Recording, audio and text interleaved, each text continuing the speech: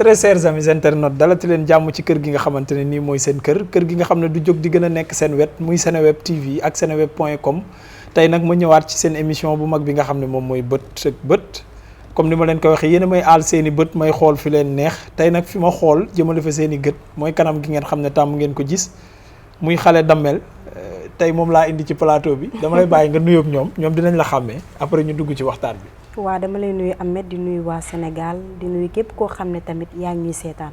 merci beaucoup est-ce que xam nga Sénégal lañ dëxëñ ci Seneweb c'est-à-dire boo nuyoo fii rek waa Sénégal yëpp jot nañ ci xam nga loolu. waaw kon baax na. ayca Dieyla laa dalal ci émission bi nga xamante ne nii moom mooy bët ak bët tey nag ñu ñëw pour waxtaane li nga xamante ne nii lu ci njëkk ci li ñuy waxtaane moom mooy bëtu ginnaaw ci rubrique yu bees yi ñu créé la ci émission bët ak bët moom nag dafay retracer sa passé. tey jii su ma la laajoon yow en quelques mots pas ci côté musical bi mais sa enfance sa juddu ba ni nga toll nii sa cursus scolaire lan ngay répondre ñi lay seetaan. waaw Dieyla dafa nekk xale boo xam ne dafa bëgg way et que ba mu nekkee xale ba léegi moo ngi way. yàlla def mu bugg ko ci xolam ma dem seen petit gàlle jóge fa continuer waat tamit nekkaat ci way bi et tout tey ba yàlla def li ba yàlla def ay jàng bi fan la dooree ban école. waaw jàng bi maa ngi doon jàngee école Guy ga fu mu nekk. waaw Géejawaay la nekk Géejawaay. Thierno Salif Ndongo bee école Guy ga laa doon jàngee. di dem ba actuellement maa ngi jàngee amosis. mais dégg naa nag sa xel dafa nëx de jox nañ la kiis ba sonn pour ngay mën a am note yu baax. waaw mën na nekk. ñaata nga daan am mooy non dama lay tooñ dégguma fenn ne sa xel dafa nëx dégg naa xel bu neex nga amoon école mais nan la doon demee note yi et tout. mi ngi doon baax parce que ñi ma nekkal dañu bëgg may jàng. ndaxte loolu sax lañ ma daan naxee su ma bëggee dem fenn wala ma bëgg a way dañ naan ma demal nga jàng bu baax. soo amee note bu baax nga door a def lii noonu daal la daan demee. nga doog a def musique quoi. c'est-à-dire kon yow sa musique mu ngi basé woon ci sa jàng comme ni mu demee. pour ñu gën a xamante ak yow. pour ñu gën a xam li nga xamante ne ni moom mooy sa jaar-jaar sa xale ba mag. am na ku ñu dem jëli ci sa membre famille koo xam ne daanaka moo la yar bu weesoo sa yaay moom lañ la joxoon. moom la ñuy dem teg élément bi léegi ci li nga xam ne moom mooy bëtu ginnaaw ñu ñëwaat ci plateau bi tout de suite l'élément. d'accord. Dieyla relation yi ñu lié dafa fort parce que sama doom la en fait yaayam da kaa jël teg ko sama loxo sama doom la sama xarit la sama confidente la sama lépp la daal en fait sama lépp la. xale la mais am na jom elle est trop courageuse aussi xam na moom li ko war xam na li koy xaar milieu bi metti na. mais man tiitaluma ko parce que xam naa ko bu baax a baax sama dof bi laa ko tuddee moom dafa humble simple kaf fooree su ñëwee ci kër gi dangay xam ne carrément Dieyla mi ngi fi bu fi nekkul dangay xam ne nekk fi parce que moom jàmm la xam fu jàmm am tamit fa lay nekk waaw moom elle est simple macha allah elle est simple elle est humble xam na àdduna aussi dafa wàccee boppam. moom de nature moom comme li ma la wax rek dafa simple moom léppam dafa simple yaayam daf ko jël yaayam mu ngi fi mais daf ko jël jox ma ko mu nekk ci man xam nga loolu dafa fort waaw.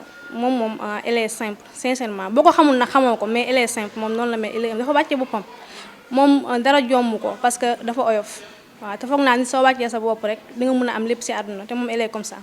défaut moom mooy dafa capricieuse de trop même waaw loolu moom mooy défaut. waaw li ma gën a neex ci moom mooy dafa bëgg famille woom bu amoon tey jii ñaar dërëm day xañ boppam dem jox ko famille woom te lu mu am suba ba ngoon sama papa lay wax sama yaay bëgg na instant yi famille moom daal su tey jii li muy ut yëpp pour famille am la pour papaam yëkkatiku yaayam loolu moom xam naa ko ci moom sincèrement. li ma koy conseiller rek mooy xale la jigéen la aussi dafa toll ci benn instant boo xam dafa metti ak milieu bu mu nekk aar bi que mu gën a gëm boppam gën a xam li koy xaar gën a xam sas aussi yi ñu ko sas parents wam yi li ñuy xaar ci moom daal mu bañ leen a gàcceel bañ leen a rusloo man sax awma xel ñaar ci moom parce que xam naa ni ku am fulla la waaw xam na fi muy teg tànkam bu baax day moytu aussi lu bëree bëri man dama ko xam ci moom day moytu à chaque fois te loolu foog naa bu nekkee ci xale rek dara jomb ko. C'était au micro de Amina Khattab ci caméra wu Babacar Ndiaye la très généreuse Amina Khattab moom moo demoon jëli ci nga xamante ne nii moom mooy sa proche boobu. ki doon wax nii kan la ak lan lay représenté ci yow. ki doon wax nii man mënuma wax ci moom ndax dafa sori ci man. mën naa bañ a wax sax sama yaay mais moom mën naa ni mooy sama yaay. ndaxte daf ma féete côté bu nekk daf may jàppale et tout lu nekk la may defal gëmewu ma sax mënuma wax ci moom. ok c'est émotif je vous comprends, mais ñu jéem a def effort continuer émission bi.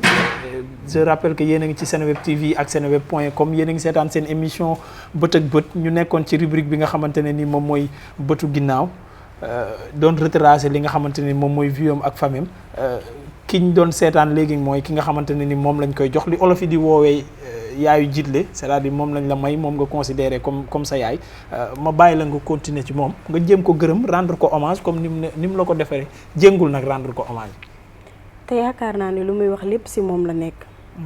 ndax samay défaut lépp lay te lu ko neex ak lu ko naqari di dégg ci man lu nekk teewul mu jàpp taw a bàyyi xoolul ci man dara lépp lu mu am xalaatul kenn xalaatul magam xalaatul yaayam xalaatul kenn jeelaa lay wax. lépp lu mu am ci lu baax man maa ko moom. lu ma naqari na ko lu ma neex nag waxaalewu ma ko dama koy sant di ko gërëm. et que di ko ñaanal yàlla bàyyi ko sama wet ba li muy séentu ci man lépp yàlla defal ko. amiin amiin amiin yàlla na yàlla nangu ñaan yooyu yàlla mottali carrière bi aussi ba nga mën ko fay. teral ko yóbbu ko màkk comme yàlla dara jomb ko mais maintenant am na lu mu wax lu am solo mooy place bi nga xam ne sa famille moom lay joué ci yow. tey jii nii bëri na loo xamante ne nii dafa xew ci milieu bi. loo xamante ne nii ñu ci bari ñàkk kilifa wala sori seen famille moo koy waral dem jël appartement bu ngeen commencé nekk star yow yaa ngi dëkk ak sa famille ba léegi. si maa ngi dëkk ak ñoom moom sax donte maa ngi nekk ak moom mais presque moom man ak moom ñoo bokk ndey ak baay. ndax tout le temps bu ma nekk seen kër maa ngi suñu kër et que bu ma nekkee seen kër moom suñu waa kër tamit seen xel dal na ndaxte wóolu nañ ko. ok waaw. jënn bi parfois nan lay demee ak parents yi surtout est-ce que dina yomb ñu bàyyi la ngay dem ci concert yi soirée yi ba yenn heures yi. waaw ñoom sax ñoom may encourager vraiment tey bu ma tollee fii lépp ñoom la. ndax ba ma gisuloo kenn sama yaay daf ma yàgg soutenir.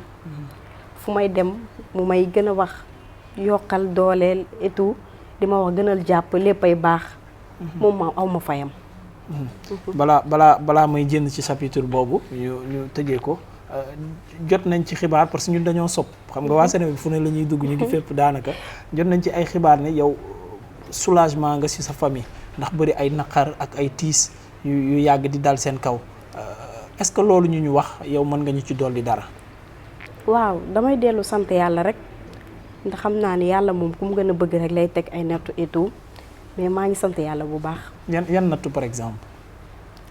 par exemple comme sama mag bi dem ndaxte metti na. munoo xam lan moo koy yóbbu ndaxte nit ku la xëy tàggu la xëy ne dafay dem liggéey ba tey gisoo ko dafa metti daal mais ñoo ngi sant yàlla. ok tey jii bëgguma mu ñu dugaat carrément ci dem bi mais kenn xamul yàlla fu muy jaarale mbir. tey bu fekkoon da nga am message boo koy jàllale fee ma teg la ci situation comme sa frère boobu noonu mu ngi lay dégg mu ngi lay seetaan. ban message ngay jàkkaarloog moom wax ko pour bu la déggee. di ko wax que ni mu ñëwaat rek ndaxte namm nañ ko. et que bëgg nañ ko gisaat bu baax a baax saa yu ñu yeewoo di ko gis dafa ñuy neex ndax loolu moo ñu gënal ins bi xamuñu ci lu mu nekk xamuñu ba xam mu ngi ci jàmm wala nekkul ci jàmm ñu koy gis daal moo ñu gënal fu mu mënti nekk daal na ñëwaat. ñaata at la dem ba mu demee léegi. 2013 la demoon ba tey. 2013 ba léegi. ça fait presque 7 ans. 7 ans ba mu demee léegi yàlla na ko yàlla delloo si jàmm. c'est tout le mal que ñu moom lañ lay souhaiter Seneweb yëpp ñu ngi lay ni ñaanal mu gaaw dellu si waat ci famille bi. toogaat ci yéen ngeen gisaat ko ci jàmm comme si rien n'était. c'était bëtu ginnaaw moom moo doon retracer li nga xamante ne nii moom mooy sa jaar-jaar ak sa enfance. ñu àndaloon ci ki nga xamante ne nii moom mooy sa waajur boobu nu mu tudd sax pour ma rendre ko hommage. Amina Diop di la remercier bu baax a baax ci témoignage boobu nga def ci micro Amina Khatab ak Babacar Ndiaye avant ñuy continuer dañuy attaquer li nga xamante ne nii moom mooy suñu deuxième élément bi moom mooy bëtu askan wi. lépp ci cadre Covid 19 bi. Dieyla su ma la doon laaj réouverture des restaurants ban jàngat nga ci am. waaw d'abord dama koy rafetlu ndax am na ñoo xam ne ñëw nañ fi Dakar di daan seen doole et que sësuñu ci kenn. buñ liggéeyee ba pare fa la ñuy dem pour añ ak ñi nga xam ne tamit moom la ñuy liggéey pour daan seen doole. di ko rafetlu daal bu baax. ok et que di leen wax tamit ñu gën a respecter consignes yi leen jox. bu ko defee dina baax incha allah. surtout loolu merci beaucoup ci conseil yooyu mais tey jii coronavirus bi du ñuy jaay rek la laal. yéen ñi nga xam ne yéen a ngi ci milieu artistique bi aussi am na nu mu leen def yow personnellement lan la def su ma la doon wax nga defal ma sa bilan économique perte yim la indil yëpp lan nga may wax. waaw metti na ndaxte tënk nañu et que tëj na lépp lu ñu waroon def corona daal lim yàq bari na de. corona daal baadoola la rek wax ko mu lay dégg jarul ragal moom loo ko mënti wax dafa ñàkk jom du ko tax a dem corona moom baadoola la rek quoi ñun ñëpp la gàllankoor. mais amoon nga ay spectacle ak ay date ak quelque chose comme ça. si am na lu ma doon pare lu bare bari doon naa pare ay vidéo ay concert et tout doon naa pare lu bari daal mais xam nga ak situation bi nii dañ ko mujjee bàyyi mais. ok bëtu askan wi nga xamante ne nii tey moom lañ def yow yaa am ñaari bëtu askan wi donc benn bi dañ ko def ci sujet d'actualité bi moom mooy coronavirus mooy bi nga seetaan léegi am na beneen boo xamante ne nii dañoo demaat sa biir famille bi pas am beneen membre bu ñu jël boo xamante ne nii vraiment wax na ci yow seede yu rafet wax ci sa jikko wax ci sa yar mënuma wax lépp damay bàyyi mu àggali kàddu yi nga déglu ko ak ñi nga xamante ni ñoom ñooy suñu téléspectateurs yi yéen a ngi ci bët ak bëtu askan wi. waaw Dieyla moom relation bi ñu am mooy relation mag ak rakk parce que nit ku nekk relation bi ngay am ak sa rakk donc relation boobu la ñu am quoi relation boo xamante ne bii moom mooy sama rakk man maay magam. man Dieyla lu ma koy dénk mooy juste rek ndeysaan mu xam moom fan la jógee ak fan la egg si tey parce que Dieyla su góorgóorloo dafay am lu baax quoi xam nga lu tax. Dieyla dafa am yaay boo xamante ne bi dafa liggéey Dieyla dafa am yaay ju liggéey yaay joo xam ne nii ndeysaan dafa sonn te kenn fekk ko ci mu yàgg sonn lool yàgg sonn ndax njabootam yàgg taxawu njabootam am baay bu gore baay boo xam ne àdduna tey mën na taxaw tàllal loxoom ne kenn mësuma dimbali kenn mësuma fekk ci bërëb dimbali ma kenn mësul xam lan laay dundee sama ngoram lay woyee quoi ngoram lay woyee nekk ku gore nekk wàlliwu nekk nitu yàlla boo xam ne nii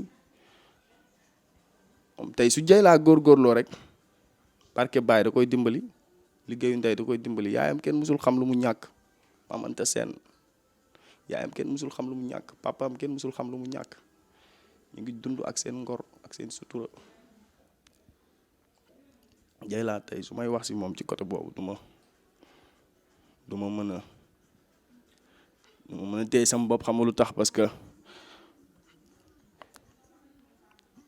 yaayam dafa yàgg muñ lu metti yàgg na muñ lu metti yàgg na dund ak ngorom te loo gàtt dégg-dégg di nga dégg ñu ne liggéeyu ndey añub doom te billaahi wallaahi taalaay sam papa Ablaye Gueye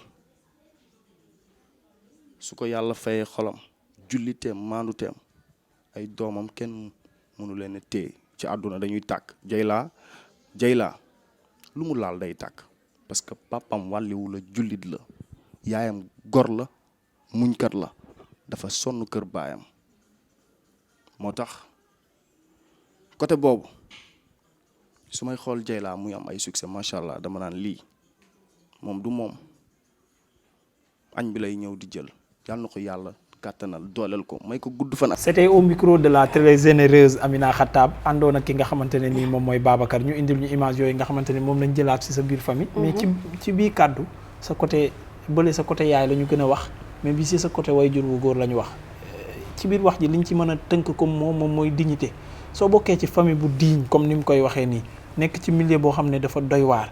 ban taxawaay nga jàpp ne moom nga war a mën a am. xanaa def ni ñoom rek ndax su ma xoolee sama yaay xool sama papa man waruma def loo xam ne mooy loolu. ndax sama papa nekk na nit koo xam ne dafa jullite comme niñ ko waxee rek nit boo xam ne diine rek la gëm. foo ko fekkee moo ngi lal si jaadam di ñaan yàlla et di jaamu yàlla. di ko ñaanal tamit yàlla bàyyi ko sama wet. amiin bu ma gersoo di ko gis sama yaay tamit mu nekk muñkat. nit koo xam ne boo ko xoolee rek yow lépp loo doon def da nga koy yokk. nekk nit ko jàmbaare nit koo xam ne boo ko gisee takkul or solul lu baax ndax ñun billaahi yàgguñoo taxawu man mënuma wax ci moom sax. tey jii boo amoon rêve pour ñoom ñaar ban rêve la. rêve bi ma am rëy na te bari na li ma bëgg mooy que ni dem. bu leen may Seneweb rek xam nga da ngaa généreuse nag rêve bi xaw ma lu mu doon waaye Seneweb bu ko mayee bàyyi ko fi ñoo ko moom xoolal leneen loo leen jox du ma ko mayee.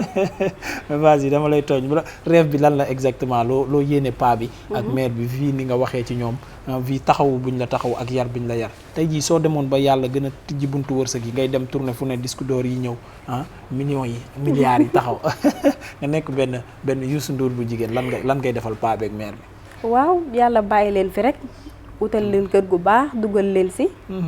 jox la ku nekk oto yóbbu la màkk doo manqué dara di leen toppatoo. utal leen ay sët yu baax. ay sët yu baax justement dinañ gën a ñëw ci loolu kañ nga leen di utal sët dinañ ci wax ci kanam tuuti mais bi baa dañuy dugg ci musique bi. ci li nga xamante ne nii moom mooy question yi nga xam ne jot nañ ko un peu partout par rapport ak sa carrière.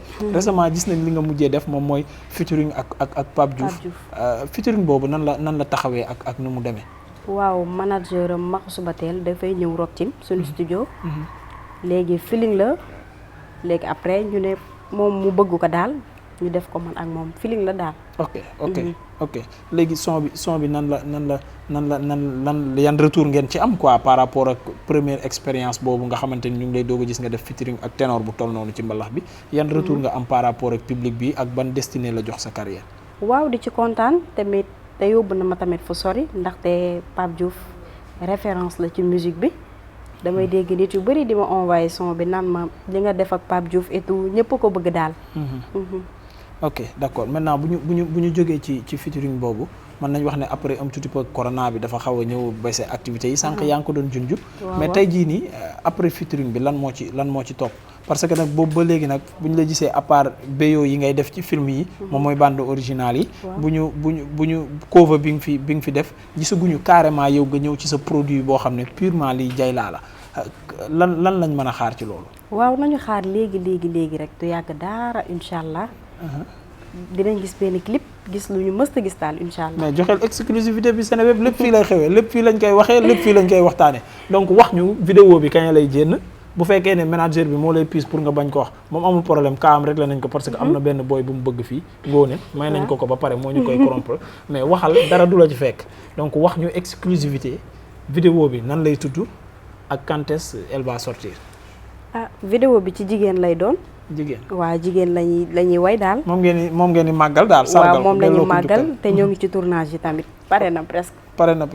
donc mën nañ xaar ne exclusivité bi nga xamante ne nii moom mooy Dieyla fii la ko waxee Seneweb fi nga xam ne fa la ñuy waxee lépp donc bientôt la vidéo bi nga xamante ne nii ci jigéen lay wax thème bi donc ñun aussi ñu ngi koy xaar ci suñu plateforme yëpp xam nga ne suñu Instagram bi fi mu toll nii mooy buzz yëg nga loolu ma xam loolu yéen Facebook bi moom waxaalew ma ko da ngeen a xew am nañ li nga xamante ne nii moom mooy buzz Sénégal donc buzzu Sénégal bi yëpp loo ci bëgg a xam ñoom Oumou Sow ñoom Ndeye Gueye ñoom Viviane Kumba Gaaw la ñoom ñëpp li tax ñu raw la ci information yi mooy ñoom buzz Sénégal lañ koy kal lu ñëw rek ne toq seen nopp dama lay conseiller ngay dem di ko suivre donc jox ñu lien vidéo bi ñu tas ko foofu pour nga am ci millions de vues yi nga xamante ni ñun ñoo koy joxe mais bu ñu jógee ci vidéo bi après lan mooy projet bi album la wala da ngay teglewaat single yi ba ci kanam a kanam waaw dinañ joxe ay single dinañ joxe tamit album ok album bi mën nañ ko jàpp fii ak ñaata at non àggul at sax du yàgg dara incha allah bientôt kon Rock-Team daal fi mu toll nii bagage yaa ngi fa tege quoi. ñun dañoo pare bu yàgg. justement on va parler de Rock-Team musique. collaboration bi yow ak ñoom. nan la demee contrat bi soo ñu mënee wax un petit peu comme doo ñu dévoiler yëpp xam nañ loolu. mais nan la demee collaboration bi. waaw Rock-Team sama benn xarit bu baax maa ngi koy nuyu bu baax tamit Assou Sène moom mu fa yóbbu. ñoom tamit ñu nekk ay nit yu baax nit ñoo xam ne ma ñëw rek ñu yaatal ma bëggal ma seen bopp. Linguère nag dafa nekk lu ma yàgg bëgg son bu ma neex. léegi ma ni pourquoi pas du ma ko def bu ma ñëwee nag ñu jàppale ma ci sot ko et tout. tey jii ba yàlla def succès bii mu am. ok d'accord maintenant tey jii nii au niveau international est-ce que am nga plan de carrière par rapport ak li nga xamante ni moom mooy international bi. si. am nga ci plan de carrière bu baax a baax. bu baax incha allah. d'accord on va parler de. Sen Petit Gallé balaa ñuy génn chapitre bi parce que man nañ wax ne moom moo la lancé en 2014 fa nga njëkk a jaar nekk fa demi-finaliste ci li nga xamante ni moom mooy concours boobu lan la def ci sa carrière Sen Petit Gallé waaw Sen Petit Gallé def na ci ñun lu bari ndaxte jàngal nañu fekk tette nañu tamit ci musique waa di nuyu sama frère bi nga tegoon léegi Xaadim ndaxte moom moo fa yóbbu ok waaw moom mu yóbbu Sen Petit Gallé gis ma may way rek mu ne ma yóbbu nga dem Sen Petit Gallé ma ne ko waaw yàlla de mu yóbbu ma fa nag yàlla def may dem demi final après c'est la fa jógee. ok seen Petit Gallé lan la jàngal yow. li ma jàngal bari na. jàngal nañ ñu yar. waaw nooy waxee ak nit. waaw franchement man loolu lépp dañ leen ko fa doon jàngal. waaw lépp jàngal nañ ñu ko moom. ok paraît-il aussi sénégalais yi nag ñoo koy wax lii laaju sénégalais yi man musuma ko. seen Petit Gallé tamit jàngal leen farantu rek la ñu mën. peut-être loolu ñoom la seen gis-gis mais man jànguma fa loolu. ñi ngi fa nekkaloon génération boobu noonu ñi nga jënd ñëpp jàngaluñ leen loolu. man de jàngaluñ ma loolu te li ma fa gis tamit man ak samay morom jàngaluñ ñu noonu. Dieyna ñi ma bokkaloon édition. Dieyna da ngaa bëgg lu neex Tata Ngoné Ndour rek. non même pas maintenant léegi nag soo déggee coow yi am. ci seen éléments yi nga xam ne wala ci sa mag wala ñi nga xam ne yéen a fa jaarandoo woon.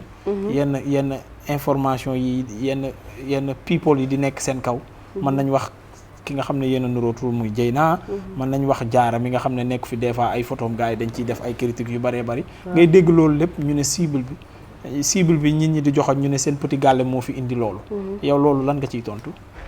man comme ni ma la ko waxee rek seen Petit Gallé jàngaluñ ma loolu et que bu ma gisee kaawu Dieyna damay jàpp ni lu ko waroon dal la lu waroon am la mais yéenewuma ko et que yéenewuma ko kenn tamit. dafa waroon jaar rek. ok tey jii boo amoon conseil booy jox nit par exemple man sama doom dafay jàng woy mën na woy bëgg a dem seen Petit Gallé su ma ñëwee laaj la conseil loo may conseil da nga koy bàyyi mu dem. ak li fa xew mën na dem mais nit ku nekk na nga xam sa bopp rek. yow bëgg nga sa doom aussi ëllëg mu dem seen Petit Gallé. man sama doom du way de. du way lu tax. bëgguma mu way rek. lu tax. dama bëggul mu way rek. am nga ay raison yoo xamante ne moo tax bëggoo sa doom way. non mu nga way moom dafa xaw a bëri coono et tout mais. ok c'était li nga xamante ne nii moom mooy bëtu askan wi ñu indi seeni question ak famille aussi li ñu jot a wax ci moom balaa ñuy tëj li nga xamante ne nii moom mooy émission bi dañuy dem attaquer li nga xamante ne nii moom mooy troisième et avant dernière partie dañuy attaquer bëtu yërmande. bëtu yërmande nag rubrique bu bees la boo xam ne ci émission bët ak bët la bokk mais li ñuy waxtaane moom mooy cas social yi. tey nag suñu reportage du jour ci cas social yi dañuy dem ba Pouponnière bu Mbour bi nga xam ne moom mooy suñu cas de la semaine ki nga xamante ne nii moom moo ñu defal récit bi moom mooy Mariam Biram Ba mu àndoon ci ki nga xamante ni moom mooy Médoune Gawane Diouf dama lay tegal récit bi ñu seetaan ko après ñu ñëwaat ci. ñu di ay tuut tànk seeni waajur ñàkk leen a mën a taxawu waral ñu daje ci bërëb bi ñu duppee vivre ensemble la Pouponnière de Mbour. Michel Bureau-Milly di ab nasaraan moo ko fi ubbi ci atum 2002 ngir jël en charge bépp tuut tànk bu nekk ci ay tolof-tolof biir Sénégal. ndax ci bërëb bi bébé yi nga xam ni dañoo ñàkk seen yaay te seeni mbokk mënuñu leen a toppatoo wala sax xale yu ñu sànni ci mbedd mi lañu fiy jël teg leen ci yoon ba ñu mën a gëm seen bopp. ci atum 2015 maanaam bi Pouponnière bi amee fukki at ak ñett nekkoon na ci ay guddi yu lëndëm àdduna di dox ñu jugaat ba teguwaat ci yoon wante bi mbas mi di Covid-19 gane si ñu jafe-jafe yi tàmbaliwaat loolee waral le 20 mars bi ñu génn direction bi génne ci réseaux sociaux yi liste bile def ci seeni besoin boobee ba nëga ni association yu bëri ak i bonne volonté ñu ngi wuyu seen woote lépp ngir gune yi yeewoo ci Pouponnière bi nekk ci jàmm ak salaam. ayca merci Mariam Biram Ba moom mi nga xam ne moo àndoon ak Médoune Gawane Fall defal ñu élément boobu ci Pouponnière bu Mbour. Pouponnière bi nag dafa toogoon ba nekk ci situation boo xamante ne ak coronavirus bi visite amatul woon. xale yi amatuñu woon lu ñu jëfandikoo. ñu doon def nag li nga xam ne moom mooy don ñu ngi ci ànd ak Akhlou Brick Paradise ànd ceeg association Lamé. ànd ci ak Jiba ak Jaamaan Express ak yeneen i donateurs yoo xam ne dajale nañ fi mu toll nii li nga xamante ni moom mooy don yi ba mu yemb ba war koy yóbbu Mbour. tey jii situation bii nii lan nga am loo ciy wax. loolu dama koy rafetlu bu baax a baax a baax. et que di leen wax que ni ñi nga xam ne tamit yàlla may na leen ay xéewal ñu gersu leen. ndaxte yaakaar naa ni xale moom moominu yàlla la te lépp loo def ci moom rek. doo ko réccu te doo ko ñàkk.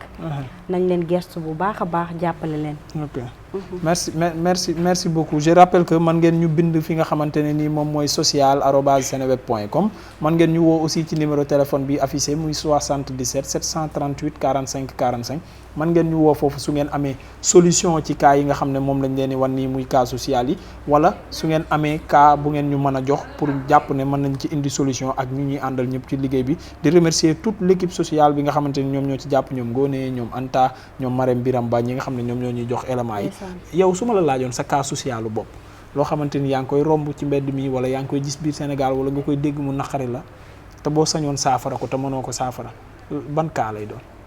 man su ma sañoon benn xale du tumuraanke ndax man moom damaa bëgg xale. képp ko ma xamee na ma ko. su ma sañoon ñu jàppale leen bu baax a baax daal. ok merci beaucoup c'était notre rubrique bi nga xamante ne nii moom mooy bëtu yërmande léegi nag dañuy dem nag ci Ali Kalaj ji moom mooy xef xippi mooy rubrique bi nga xamante ne nii moom moo mujj ci émission bi waaye laaj yi amul réflexion. d'accord c'est di xef et di xippi day gaaw tic tac ñu njëkkee ci téléphone balaa ñuy dem xam sànq ba léegi yaa ngi wax waxu doom loolu dinañ ci wax après. xam naa ne affaire jéy naa yooyu nga bëgg. xef sonner ou vibrer. sonner. appel ou message. appel. WhatsApp ou mail. WhatsApp. vocal ou écrit. vocal. YouTube ou télé. télé. télé moo la gënal chaîne YouTube d'accord ñu jël sport ban sport moo la gënal ci sport yi. man bëre moom gën a. bëre moo la gën a. ayca ñu dem ci bëre Balla Gaye ou Modou Lo. Balla Gaye. Balla Gaye. mbot ou kaw. mbot. mbot moo la gën a. ok. CNG ou fédération. c'est-à-dire xam nga ñii dañoo bëgg CNG bi jóge fi ñuy bëgg fédération ñëw lan moo la ci gënal CNG ou fédération. CNG. CNG moo la gënal. ayca ñu dugg ci mbëggeel. internet yi ñëpp lu ñuy laajte ak sama gars yu góor yi nekk fii ñoom Karbala ak ñoom Malick Ndoye ñoom ñëpp ñu ngi laajte sànq ba léegi ndax am nga copain. non. amoo copain. déedéet. Jalla dégg naa boo wax lu dul dëgg da ngay xool say daal. li ma wax dëgg la de. amoo copain. déedéet. ok d'accord on va parler de musique avant ñuy gën a dugg ci li nga xamante ne ni moom mooy amour. Pape Diouf ou Wally Seck.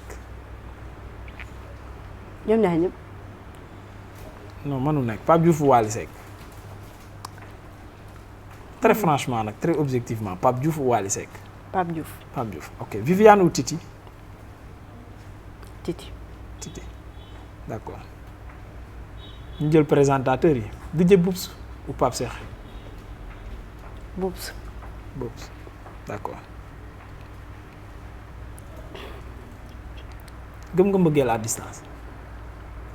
man waxu mbëggeel ma xaw ma si dara ndax dund ma ko xaw ma si dara yooyu moom. ok d'accord question piège nombre de ex de 1 à 10 arithmétique moom mën nga ko moom jàng arithmétique ak mathématique. ay chiffres rek nga may jox nombre de ex de 1 à 10 ci la benn chiffre ñaata ex nga am. 0. mosoo am ex sa degré de jalousie. 100%. 100% de jalousie ok nombre d'enfants de 0 à 10. 2 ak yow li nga fi wax da ngaa bëgg xale yëpp ñaar kese nga bëgg. fidèle à combien de pourcentage de 0 à 100%. 100%. ñi ma nga wujje. ok importance ci relation amoureuse lan moo ci gën a important pour yow pour terminer. man loolu est-ce que xam naa si dara xaw ma si dara. saa yi moo lay soufflé que réponse yi quoi amul benn problème ci Seneweb la lu la neex defal amul benn problème lii dictée préparé lii moom boo ko yóbbee ci examen bac BFM bi doo am dara. lu leen laa la ay dictée préparé yi ni lay wax li nga war a ton maintenant da ngay choisir entre freestyle pour Seneweb wala nga lépp.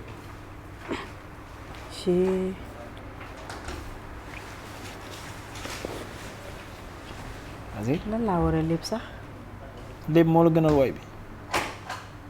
wala bàyyi ma woy rek. nga woy Seneweb ayca woyal Seneweb ami internautes yéen a ngi ci seneweb.com ak Seneweb TV Dieyla la ñu dalal comme gan donc laataa ñuy tëj émission bi da ngay nuyu gërëm sant laataa ngay woy après ñu jaare noonu tëj émission bi man aussi ma leen di jox dig daje fi nga xamante ne ni moom mooy Seneweb ci beneen émission bët ak bët am ba beneen yoon ayca. jaaru àdduna bu mu tax ngay bàyyi sa loxo. jaaru àdduna bi yëpp ay coono la yenul yen bi yaa ko attan sa ngëm-ngëm mooy sa kàttan mooy sa doole jàngal àdduna bi mayewul dara koy jàllale yaa koy waane yoon bi nii la fulaak fayda bu ci taayi. merci beaucoup tàggatoo ak ñi lay seetaan nga waxaale un mot sur Seneweb moom mi nga xamante ni depuis plus de 20 ans mu ngi fii di ànd ak yéen di leen gunge yéen artistes yi nga waxaale ci un mot. waaw maa ngi nuyu ñëpp rek comme ni ma ko waxee woon. et que di kontaan tamit ci invitation bi bu baax. merci ak képp ku ñuy seetaan tamit Seneweb moom ca kaw ca kanam rek. ak ci lu baax. merci beaucoup.